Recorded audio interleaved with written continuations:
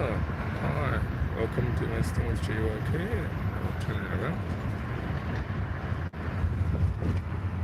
Somehow the... Whoa. Hold on. That's not right.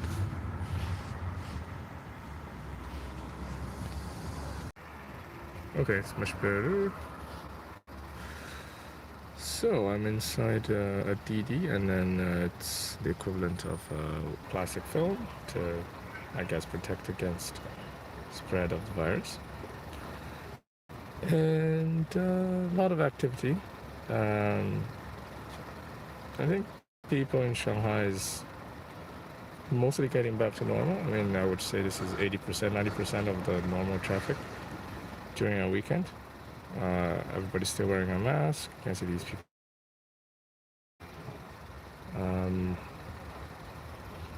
Yeah, this is just to show you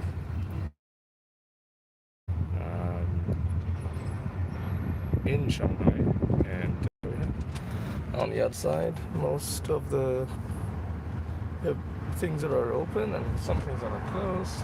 I'll just keep it on the side.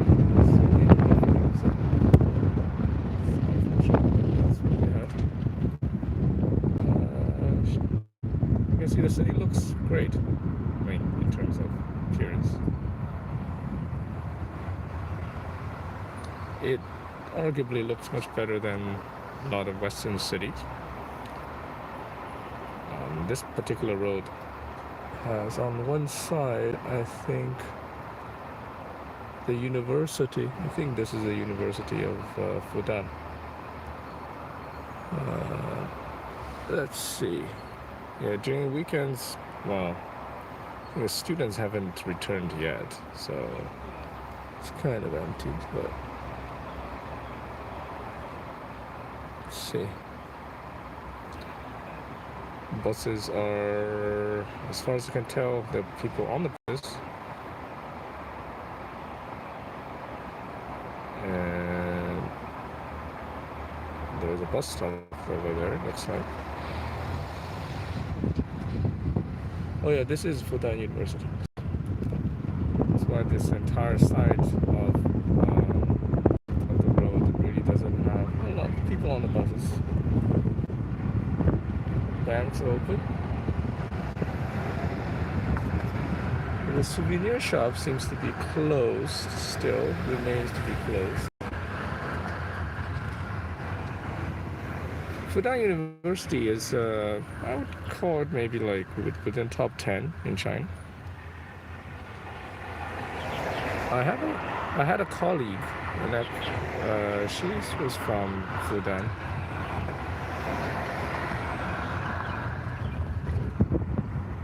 And let's see. What's a paper on Jack? Well, they're dependent in terms of, somebody was asking what my opinion is on Lion Dragon paper holdings. I actually looked into them in the summer of 2017. I don't know what's going on with them now, but they are dependent on paper prices. So two things driving it. One is the amount of consumption, obviously. So the consumption comes from packaging and also media use.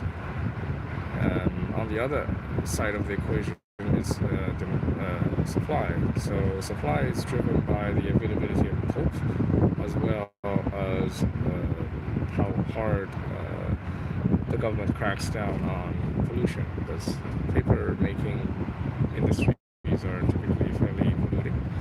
Okay, so let's see, some of these studios are still closed during weekends, which definitely isn't a good sign. This entire side of the road remains to be closed. Let's see these smaller businesses. I see one that's closed. Most of them seem to be open. There's some laundromats over there, and that's some retailer of whatever thing. Yeah, so I mean, without people wearing masks, you wouldn't be able to tell this isn't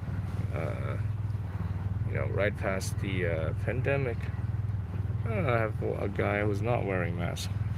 You can see the stuff he's riding is the Meituan bike. Meituan essentially bought OFO, and the owner, the founders of OFO, basically got nothing. They expanded too much and burned all their cash and turned down some acquisitions, and now they're basically out the game. Okay, so that guy's delivery. That's a delivery man. Most of delivery in China is done by these electrically assisted bikes rather than cars, because a lot of places is too tight. Another delivery man. A lot of these places don't. It's very hard to get into with cars, and you have to find a parking spot and all that. So they typically just get packages to local distribution centers that serve maybe a radius of 1 to 2 kilometers, and then the delivery man would use electrical bikes to do the final mile. What do you think of Meituan? I don't like them. I think they have a good moat.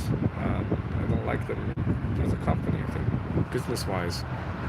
Yeah, they don't spend money too wisely, I think, but they have a good business, good moat. Meituan is doing a lot of things, but mainly in as a Groupon replacement, as well as Groupon replacement, as well as delivery, food delivery, and then Yelp. It's like a combination of all three. I think it's a lasting. It has very high market share, and it has a lasting advantage. So they have a moat. That's with the currency for devaluation due to massive money printing, gold business pricing power, something else. The combination. I'm also thinking about how to best protect against inflation. I don't know if there's going to be massive inflation, but there will be inflation. Gold is definitely something, but again, gold is a non-producing asset, so there's always opportunity cost with holding gold. In terms of businesses, well, businesses that do have pricing power is, for example, the ones I really like are companies like there's a company called Christian something. It's like a perfume, not a perfume maker, a scent maker. Or no, they were not. No, they're a bacteria strain maker. These are closed. You can see these are closed. Bacteria strain maker for yogurts, and they cost not much, but they're central to the making of yogurt. Right? So these have, I think, the ultimate pricing power. People are not gonna. The producers won't want to risk the quality of the product by switching to a different supplier of yogurt strains. So yeah, and then they're a small enough part of the entire product. The suppliers, the actual producers of yogurt isn't too sensitive about their pricing.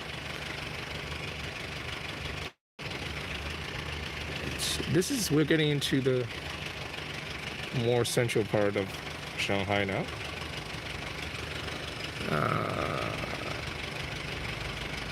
And we have this. Oh, this thing is probably military because it's printed green, and nobody prints their car green other than the military.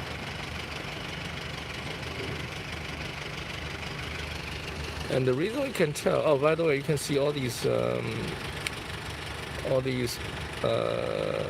windows are covered by almost like cages.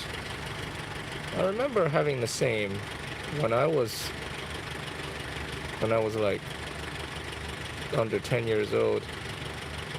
Essentially, it's to prevent burglary, and You can see some of this in Flushing, in New York, where a lot of Chinese live.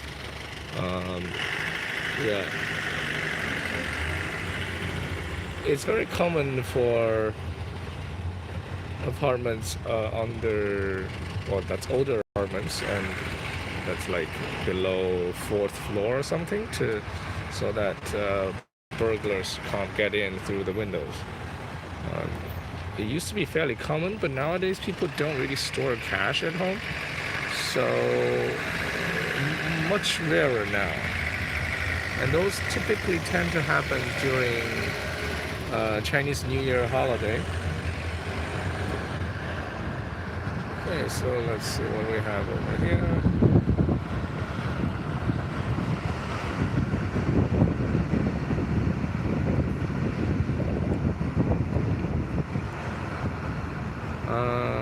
Can you tell us what's your short and long right now percentage portfolio? Mostly cash at the moment. Just holding it out. I think there will be a second dip. Mostly by over 50% in cash. And what else? Short still puts very small percentage of the portfolio, probably less than 2%, on various ETFs for different countries, mostly US and India. Well, let's not get, well, this is a bypass, elevated highway in Shanghai. Drive, well, the speed limit is like 60 or 80, I don't know, but it's typically congested, and you can see it is fairly congested.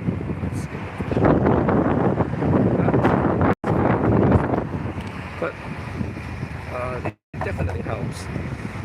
So during peak hours, only Shanghai plate cars with Shanghai license plate can actually get on. If you look at that, a lot of cars. So yeah, activity is definitely back. With all these cars driving, you can definitely expect some revenue for SHI.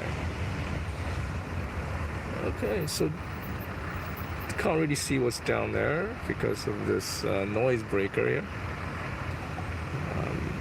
So, well, Shanghai is what you expect of a fairly modern city.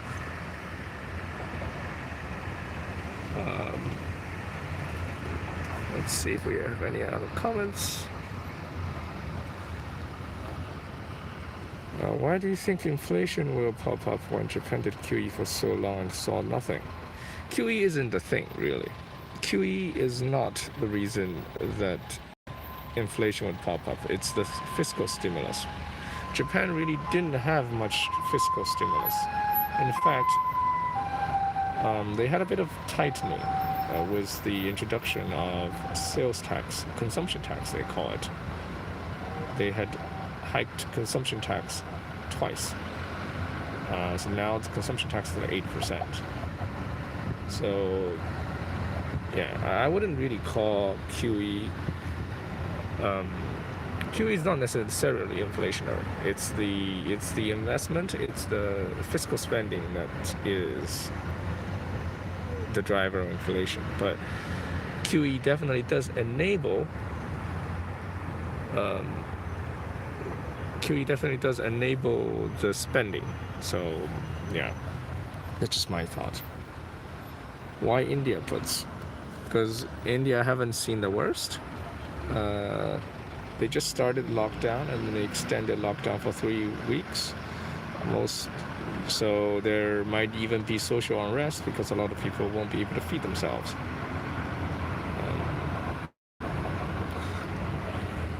You can see this faint thing. This is not really smog.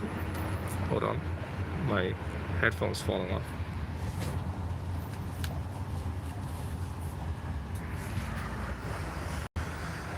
All right, put that back on. Yeah, so India was pretty late to the whole virus game, and yes, they did some kind of lockdown, but India really doesn't really have strong controls. The central government lacks the strong controls, and then they lack the resources of the West. So they kind of they're in the worst of both worlds, and a lot of the informal workers don't have savings, according to what I read. So I think India hasn't seen the worst of it, and then there will be bad things happen in India. And it's not really priced in India, it's really expensive to begin with. What do you think about Alibaba? What kind of numbers are you going to... I don't know about Alibaba. I don't really want to analyze them. They are too complex, and yeah. What I can tell you about Alibaba from engineering, like coding perspective, they have shit code. All of them have shit code. I don't know which one is worse, but for example, Tencent, who owns WeChat, have WeChat Pay, and then the WeChat Pay doesn't even have a sandbox that you can use to test things. It's ridiculous.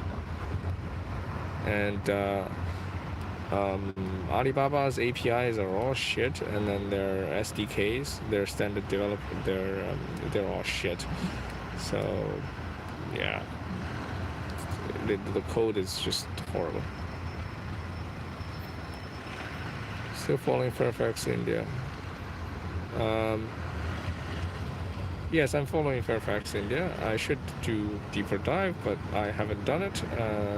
The fee structure, I don't really worry too much about the fee structure.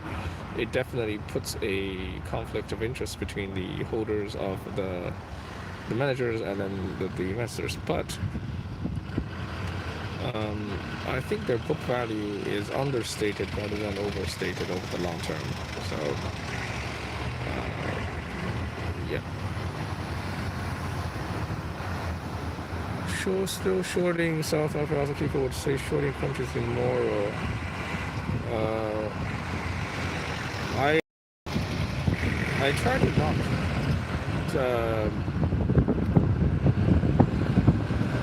I try to not invest anything that makes money. If the government want to shut down things due to morality issues, then it's all the power to them.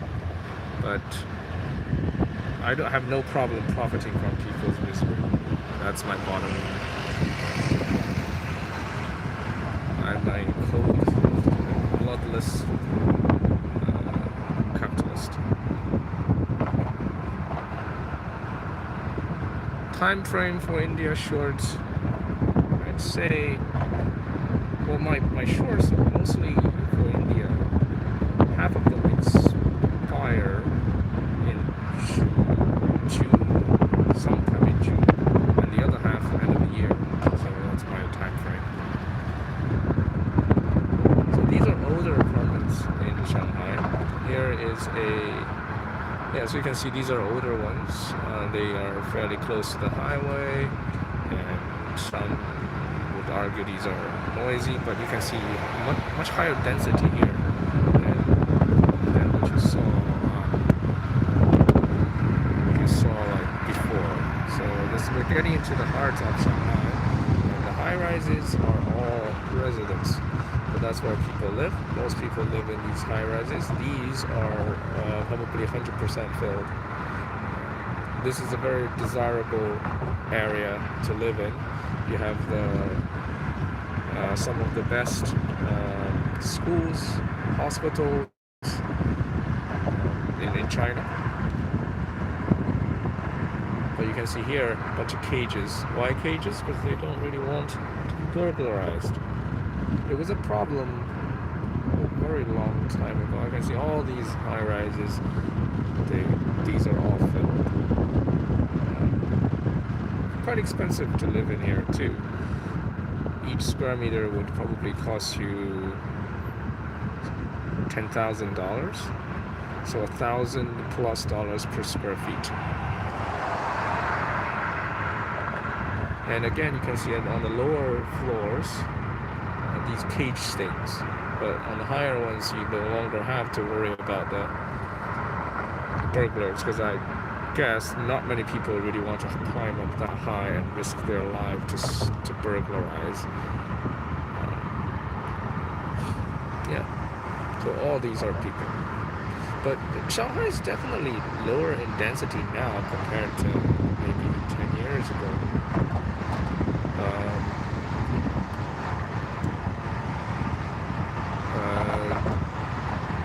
It's basically just sprawling out a bit more now. So on the one hand, it makes congestion a little better. On the other hand, I would just say that it feels a bit more empty than before. I mean, it's still very populous, but a bit more empty than before. So this is on which we are central enough in Shanghai that it doesn't really matter which metro station we're close to. There's so many subway lines in Shanghai that it doesn't really matter. This entire area now that we're just driving by is very desirable to live in. Some of them have older apartments which don't have many amenities, like don't have an elevator. These apartment buildings up to maybe 6-7 floors tall don't really have elevators, but they're all made of concrete at least, so you don't have to worry about termites and such,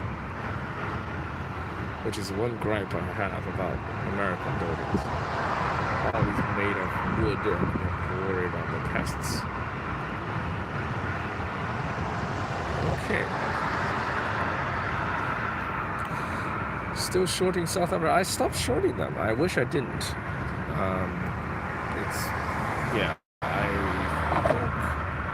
I was basically flat on South Africa, and I think this whole thing will make this whole virus will make things a lot worse for South Africa much faster. So I wish I haven't stopped shorting them, but I have. That's unfortunate. But you should open your own research platform. I don't have the time to do that. I'm running a startup. We're doing no code. We're doing like an app development platform, so that people that can't really code can still produce their own mobile app. I think maybe I'll leverage what audience I have on YouTube to essentially do some research on this project. We already have some clients, but R&D is going to be very expensive.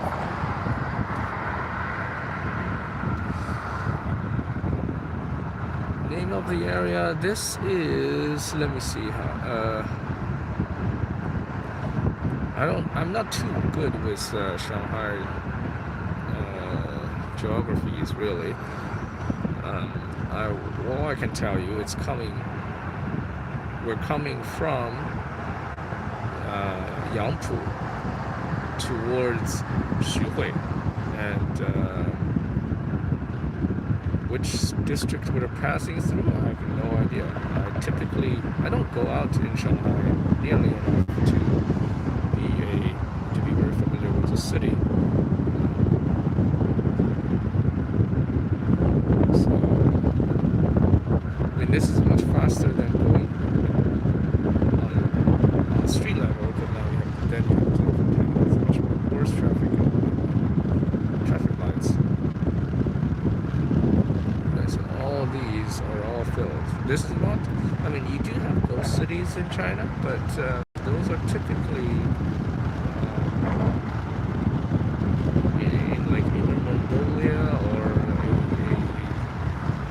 he's driving very fast. There's a lot of buffeting noise. Inner Mongolia, or places like Shanxi, where the government was like, all right, we need to build more places to house more people that we need to attract. Okay, so the problem is they're building things for people that they need to attract, and that typically don't really work. In here, they're just building for people that want to come here. In fact, there's restrictions. You can't really own a Shanghai residence just by buying a place here. There's a lot of requirements to become a proper resident in Shanghai, and there's hoops to jump through, and it's worth quite a bit of money because that entitles you to the best medical services, best schools, and arguably the more stable local government in China. So each city, not just city, in fact, each administration has its own residency thing. So you are always classified as a resident of somewhere. For example, even if I now live in Shanghai, I am by the administration, from the administration's eyes, I'm a resident of Hangzhou. So that entitles me to, or entitles me to care in Hangzhou hospitals, and then my kids, if I were to have any, are entitled to free education in Hangzhou, but not in Shanghai. I can pay taxes in Shanghai by, spending money here or earning salaries here, but that does not entitle me to Shanghai services. Okay, so this is another university that we see. So Shanghai has many universities, and that's one major advantage it has over many other cities or even provinces, because there are entire provinces that have fewer good universities than Shanghai. Out of the top 10, I would say 3 or 4, maybe 3 are in Shanghai in terms of universities. Okay, so I don't know what this is. This looks peculiar. Some kind of industrial thing. It's maybe like older part of Shanghai where they're still I don't know what this is, actually.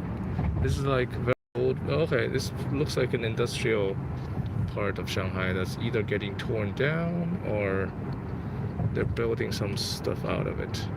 I don't know what it is, actually.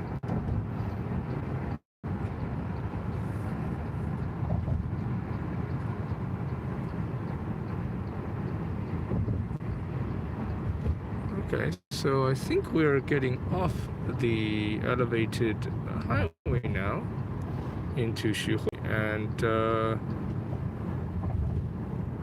my family owns a place here, but I don't live here because it's too far from my work. So I just rent a place. You can see it took us almost, half an hour or more to get over here. This is traditionally has been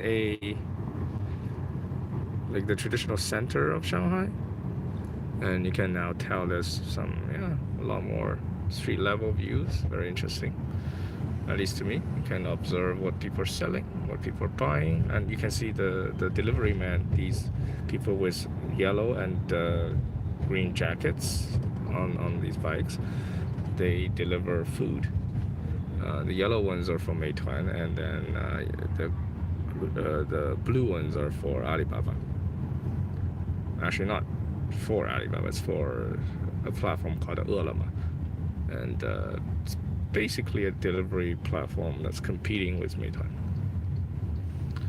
Okay, so a restaurant that's basically empty, but we are talking about what time it is now. It's 2:30, so it's as expected. And for those of you that are interested on the location, this tells you all you need to know. You can check it out on Google Maps. I don't really know the geography of Shanghai too well. In terms of cars, well, you have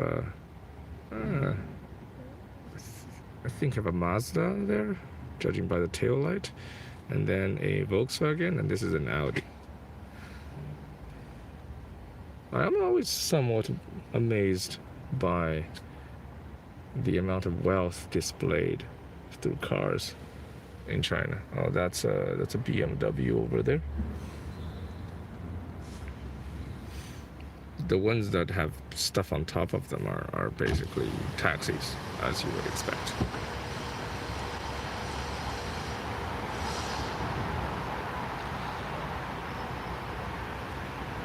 Okay, now we're just sitting in traffic.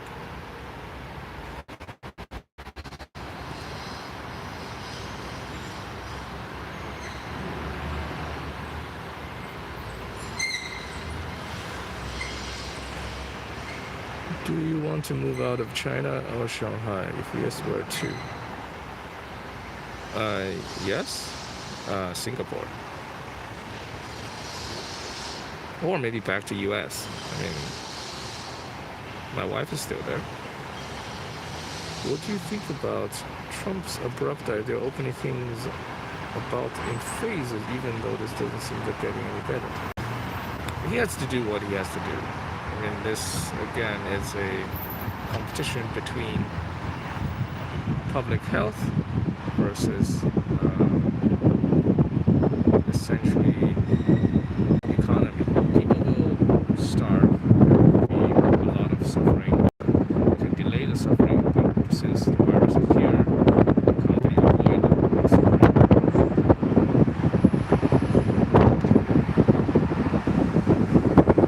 I see Cadillacs, I see all these fancy cars. You can see all these elevated highways in Shanghai. They tried a lot to make the traffic congestion situation better. There's only so much they can do. There are quite a few elevated highways in Shanghai, and I think, in terms of infrastructure, it's pretty good. It's a very good place compared to most cities.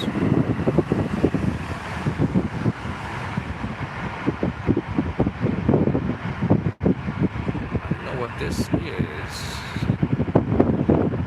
Okay, here we have a restaurant that seems somewhat closed. We have one closed. Let's see. On a street level, you can see the damage caused by, the shutdown. Oh, one funny thing, we use bamboos here as scaffolding. Shanghai is close enough to, I think, Xi'an or somewhere. There's a place called Anji where they grow a lot of bamboos. They don't actually grow it. The bamboos just grow themselves, really. And in the vicinity of Zhejiang, we use a lot of bamboos as scaffolding, and it's just an interesting thing to see.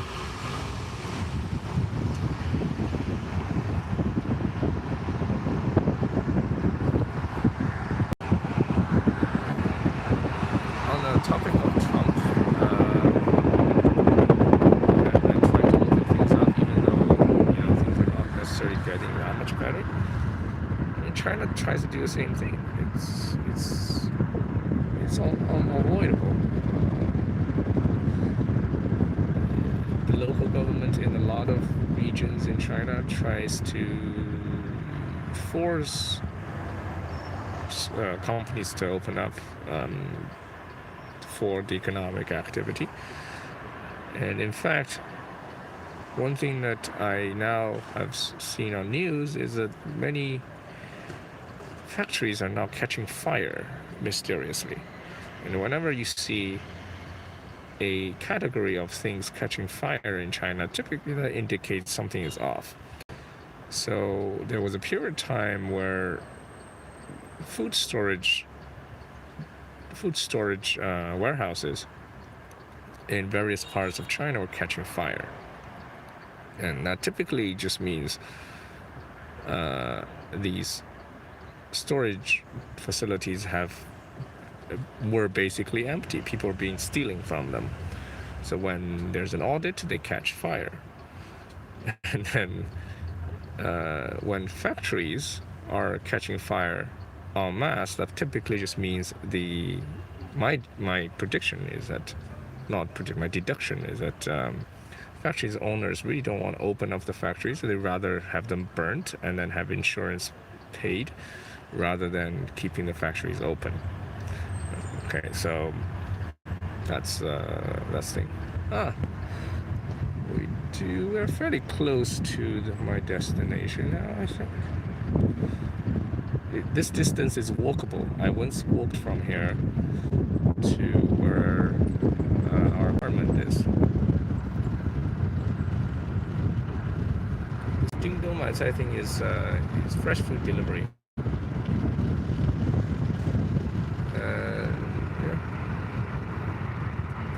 That market seems to be closed,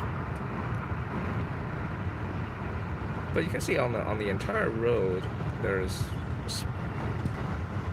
businesses. There are a lot of businesses. Plenty of Chinese want to be their own boss by opening up businesses, and I think that's a good thing.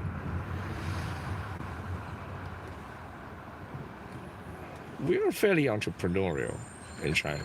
That's one good quality as a nation that we have. But then, again, you all know my view on the bad qualities of my people. Talking about bad qualities, today, Huawei, just yesterday, actually, not today. Yesterday, Huawei published some photos, promotional photos for their phones, like claiming that these photos were taken by Huawei phones. And then there was a guy that tried to look at these photos and became suspicious.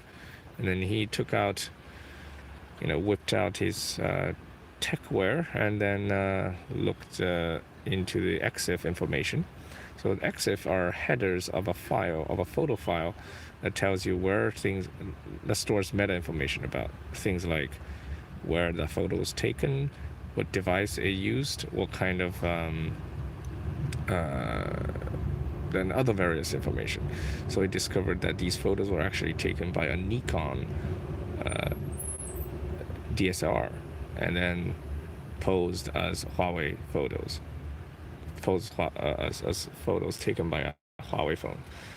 And since their lie was busted, they issued a swift apology and then started deleting that information on the internet en masse. So if you now search for Huawei apology on, for example, Weibo, you can't actually see.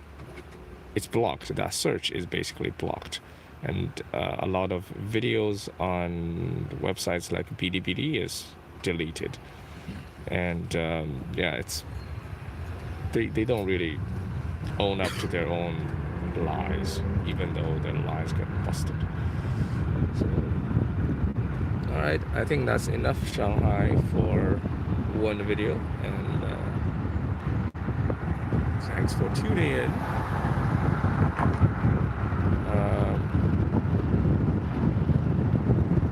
See you guys maybe next time. Bye.